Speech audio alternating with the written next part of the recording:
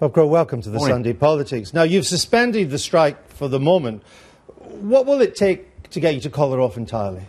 Well, we want to know, first of all, why these booking offices have got to close.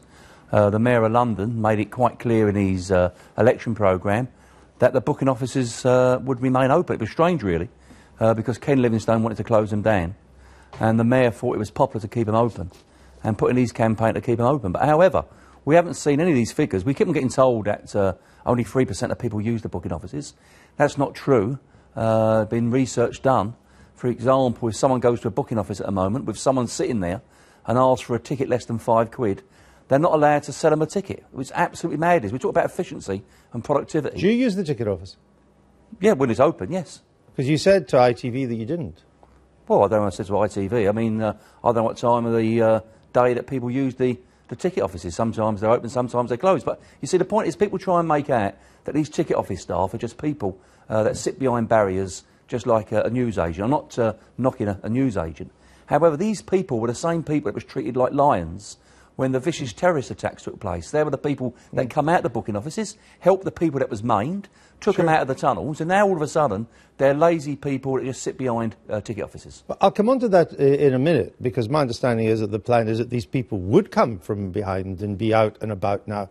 But if the management wants to run the underground without ticket offices, isn't that their prerogative? I mean, they're paid to manage, not you, not your members. They're the managers. Yes, management are there to manage, and we want good managers. The trouble is we've got some very bad managers that are not looking at the railway as a whole. This is a successful industry. This is not an industry in decline. It's one of the most successful industries in Britain. It's moving 3.4 million people a day. All the forecasts are it's going to move to 3.6 million a day. More and more people using the Mayor wants to run services on a Friday and Saturday night. We're not opposed to that. However, it doesn't make sense that if more people are going to be using the tube on a Friday and Saturday night and coming home at 2, 3, 4 in the morning, a lot of people drinking, a lot of people not drinking, why take 1,000 people off the network when then people would be the ones that come to the aid of those people that are looking for people? OK, I'm going to come back to that, but I want, first of all, to show you this picture. Let's put it up on the screen. Now, this is you. Lovely. It's taking a break in Brazil, I think it is. I was trying to copy you. You deserve this break because you've done a fantastic job for your members. Yes, I mean, I don't want to see what people's holidays have got to do with it. I mean, let's get every editor of the daily newspapers and see where they go on their holidays. I'd like to know where they go on their holidays. What I choose... But I'm not attacking you for doing that. You've got a picture up there. I've got to say, why don't they go and follow Boris Johnson when he was away on holiday, when the riots were taking place in London, and he refused to come back? Why don't they go and view all of the editors of the newspapers where they go on their holiday, and why don't they look at you when you go on holiday? Well, they sometimes do, actually. I mean, the basic pay of a tube driver will soon be £52,000. Ticket office workers are already earning over £35,000. I mean, never mind a holiday in Copacabana Beach. Your members should buy your house there for what you've done for them. Well, number one, when you look at the papers this morning, I see that Wayne Rooney is going to get a £70 million deal over the next 4 years. I see that NHS doctors are getting £3,000 a shift. And the fact of the matter is, I see a lot of people who do a lot of jobs in Britain who, in my opinion, don't do anything for society. All I'm saying is that in life in general, the top paid people in this country should be doctors and nurses. Unfortunately, we live in a jungle.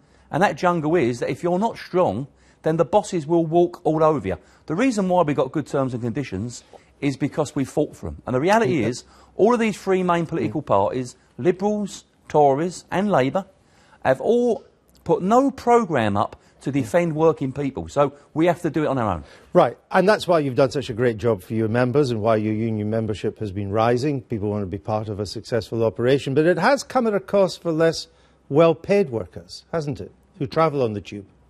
Well, at the end of the day, what we've got to do, if anyone believes that if London Underground tube workers take a pay freeze, then they're going to redistribute that money to the rest of the workers that work on the tube. No, but the people who do travel on the tube, I mean, let's just have a look at some of them, because they're the ones that have suffered from your strike action. I mean, as you say, the starting salary of a tube driver now 48,000 is about the earning. Starting salaries for a nurse only 26, 22 for a young policeman, 27 for a teacher starting out. They're the as your members have prospered, They're the ones who've had to live through 24 strikes in 13 years to push up your members' pay condition. I mean, it's very much it's an I'm all right, Jack attitude, isn't it? Not at all. I mean, those three groups of people there, the nurses have had a pay freeze put on by the Conservatives and Liberals.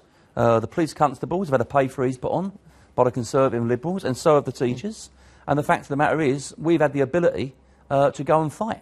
Now, the reality is, at the end of the day, as I've said before, no one is going to put up the calls for workers. Not one single party in Parliament are fighting the calls for workers. Yep. They all support privatisation, they all support keeping the anti-trade union laws, and they all support illegal wars around the world.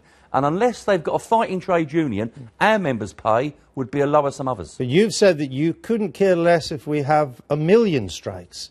But the people, these lowly, lower-paid people who travel on the tube, who need the tube as an essential service, they could care. Well, of course they do, and as I said before, I apologise to the travelling public for the dispute that took place. 24 strikes in 13 years. Well, it takes two to tango. If the employer never imposed terms and conditions upon us against our will... But you've got great terms and conditions. Well, no, yeah, they're trying to worsen them. That's what they're trying to do. It's a constant battle down there to defend people. You just said at the start... Tube drivers' salaries are going to rise to a basic of 52,000. So what? That's a lot. No, you just said they're trying to make them worse. They're going up. No. What they're trying to do is erode their terms and conditions by trying to make things worse for workers down on the job. You said at the start of the interview that the tube strike cost 100 million quid in 2 days.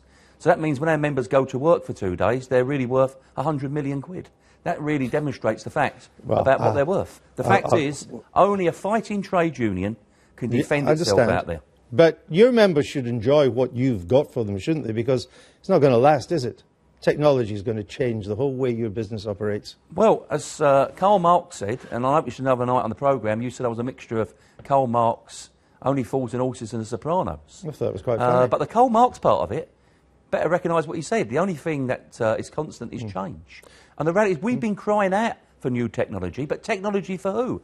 Technology to put people on the dole where they can't pay tax to society and they do nothing, or technology so everyone benefits, e.g. lower fares, a better service and better terms and conditions for the workers that work on London Underground. But you've made labour so expensive on the Underground that management now has a huge incentive to substitute technology for labour. And that's what it's going to do.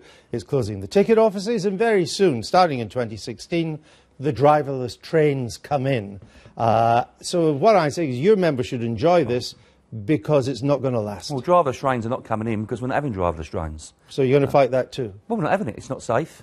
And would you want your wife or your not girlfriend? Safe. We've got them in Copenhagen, Paris, Milan, Barcelona, Budapest, Turin, Nuremberg, Shanghai, Manila, Sao Paulo. It's not safe. These are brand new lines that have been built so when the train breaks down, people can evacuate and walk down the tunnels.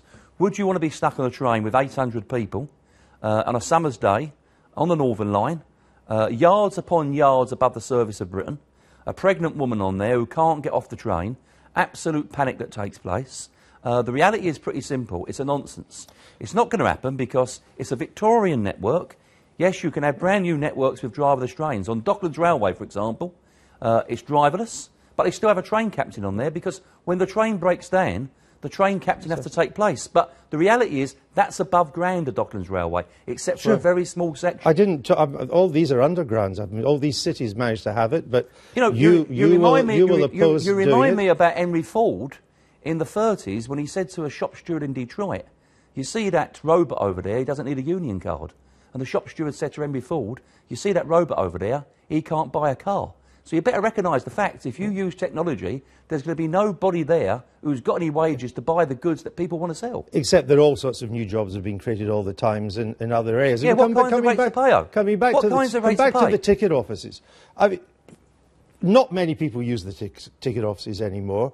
What is wrong with getting the staff out of the ticket office, onto the concourses, meeting and greeting, helping disabled people, helping tourists, and making it a much better service? They could do a lot more on the concourse than they can do in the ticket office. Andrew, look, he took a decision to close every single booking office down in London.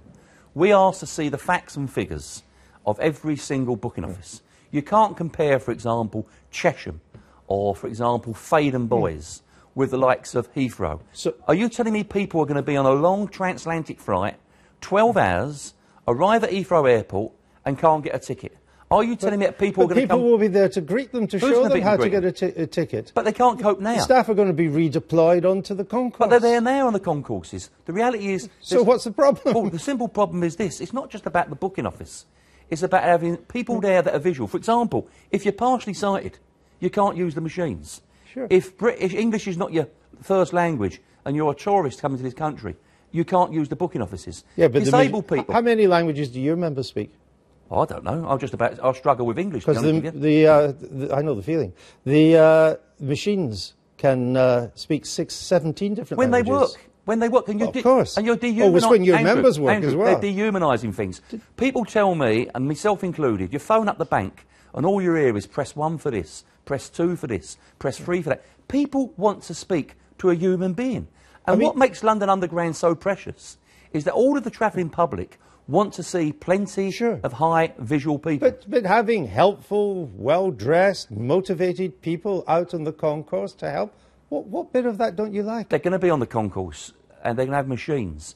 They've got machines at the moment behind the booking office. It's not just a question of in the booking office. The fact is that London Underground did a risk assessment of closing their booking offices down, and it is quite clear that if you're disabled, if you're partially sighted, London Underground becomes more dangerous than it is at the moment in time. So you're opposing the closing of ticket offices. You're going to oppose driverless trains when they come in. Weren't you opposed to the Oyster card when it came in? No, we weren't opposed to the Oyster card at all. You sure? No, the Oyster card operates as it is now. It should complement... You sure you weren't opposed to it? Well, no, the Oyster card itself is how you deal with it. For example, you can't have an Oyster card and say that's the only way of obtaining a ticket. It's like people using a contact card. That's not the only way. Oyster cards should supplement the staff on the job. If more and more people use the underground system, then you want more and more staff to deal with the amount of people that's on the underground system. OK. Let's have a look at your mandate to strike. Of your members who work on the tube, only 40% bothered to vote. We can just see this up on the graph. 40% bothered to vote in the strike, according to your figures, and only 30% voted for the strike. So 70% actually didn't vote to strike of your members, but the strike went ahead. Isn't it right to have a higher threshold before you can cause all this disruption? Well, it would be lovely if everyone voted, but the reality was that the Tories took that away from us. We used to have ballots at the workplace, e.g. no different to what you do at a general election. But what's the point about the mandate that you... 70%... Yeah, but what I'm trying to say to you is that we used to have a ballot box at the workplace, no different to what operates in a general election or a local election, and the turnouts were higher. The Tories, by the way, kept by Labour as well. They're not getting off the hook. They believed that if they could have a secret ballot where ballot papers went to people's homes' addresses, where they could be persuaded by the Tory press and by the bosses, then votes would be different. So let's go back to the workplace ballot because you get a bigger turnout. Will the RMT re-affiliate to the Labour Party? I've got no intention to. You haven't? We've been expelled. We formed the Labour Party. We got expelled from the Labour Party. And there's not been one single resolution to our annual general meeting in the last 6 years that they want to go back. But you'll give some money to Labour candidates, some Labour candidates. Those Labour MPs that roll their sleeves up for workers, they get money. If they support the basic policies of what we stand for. Caroline Lucas, the Green MP, her constituency gets money. We don't give money direct to MPs. We give it to their constituency. You understand for re-election as RMT boss in 2016? I don't know yet. I may do, I may not. You've got these driverless trains to fight. Well, as I say, that gives me the incentive every morning to stay on as General Secretary. But you haven't decided yet? Not decided yet, but more than likely I will do. And will you stand again as an anti-EU candidate in the European elections? Yes, I'm standing in the elections. No to EU, yes to workers' rights. I'm standing in London, and we're standing right across, completely different to what UKIP's policies are. They are anti-European people, basically. They believe that all the faults of Europe are down to the immigrants. We are anti-European Union. Oh. We're not anti-European people. I understand that. If the London Underground is as badly run as you think, and there are many other things wrong, why don't you run for mayor? Well, that's a good issue, isn't it, to stand for mayor? I mean, that's down the road. That's not come up yet. You're not ruling it out, I hear. Well, I'm not ruling anything out. I mean, I'm not ruling getting your job on a politics show on a Sunday. You're welcome to compete with that. I certainly will do, because, I mean, you need retirement as well. You've got to put your feet up. I'm Well, really worried about your health as well. I'll get you to renegotiate my package then, shall I? I wouldn't mind, but I'd like to see what your package is first before I negotiate. Shall we go on strike first? I'll tell you what, if I can have your wages, I'll be having 2 trips to Rio every year. If you had my wages, you might not be able to afford to be on the beach. Bob Grohl, thank you very much. All the best. Nice to see you.